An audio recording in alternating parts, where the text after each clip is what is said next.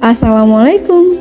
Halo teman-teman, kami dari kelompok 4 mata kuliah Ilmu Pendidikan yang beranggotakan yang pertama ada Dita Anggida Manik, yang kedua ada saya sendiri Jumatri, dan yang ketiga ada Musir Zraska Khairul. Kali ini kami akan menjelaskan mengenai sistem pendidikan di Indonesia. Sebelumnya, kalian sudah tahu belum apa itu sistem pendidikan? Jika belum, yuk simak video sampai habis. Pendidikan adalah usaha untuk memanusiakan manusia. Pendidikan bermaksud membantu manusia untuk tumbuh berkembang, mengembangkan potensi-potensi kemanusiaannya. Nah, sistem pendidikan sendiri adalah suatu totalitas yang terpadu dari semua elemen dan semua kegiatan yang saling berkaitan satu sama lain secara fungsional agar dapat mencapai tujuan tertentu.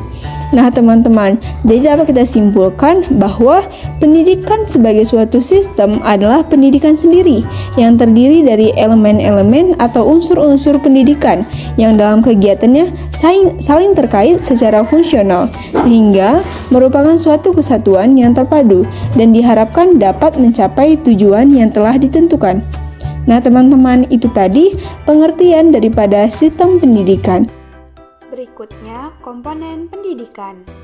Nah, teman-teman, sebagai suatu sistem pendidikan terdiri atas beberapa komponen, di antaranya yaitu tujuan, pendidik, peserta didik, materi, metode atau media pembelajaran, serta lingkungan pendidikan. Setiap komponen mempunyai fungsinya masing-masing dan setiap komponen saling mempengaruhi satu sama lain.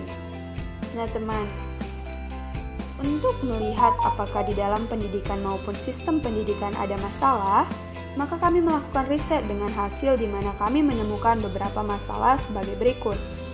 Yang pertama, masih cukup banyak guru yang kurang terampil, metode pembelajaran yang kurang bervariasi, dan masih cukup banyak guru yang kurang kreatif dalam mengajar. Dengan adanya berbagai masalah tersebut, tentu harus ada penanganan yang dilakukan. Untuk mengatasinya, maka kami akan memberikan beberapa tips atau cara yang bisa dilakukan. Yuk kita bahas lebih lanjut. Berikut ialah tips dan cara-cara yang bisa dilakukan kepada guru, yaitu: pertama, memberikan layanan informasi terkait metode-metode pembelajaran yang bervariasi. Kedua, memberikan praktik kepada para guru dengan menggunakan berbagai media terlebih dahulu seperti video dan lainnya. Ketiga, menerapkan metode-metode yang telah dipelajari kepada peserta didik dan memilah yang mana yang cocok dan relevan untuk digunakan metodenya. Kemudian, setelah itu didalami ilmunya. Adapun beberapa cara belajar kreatif yang mana guru harus mengingatnya. Pertama, belajar haruslah menyenangkan. Kedua, anak adalah pribadi yang unik, yang mana harus dihargai dan disayangi. Ketiga, anak haruslah terlibat secara aktif dan dalam aktivitas belajar. Keempat, anak perlu rasa nyaman, tanpa tekanan dan ketegangan. Kelima, anak harus punya rasa kebanggaan dan punya rasa memiliki. 6. Anak harus merasa nyaman dengan guru. Ketujuh, guru harus kompeten.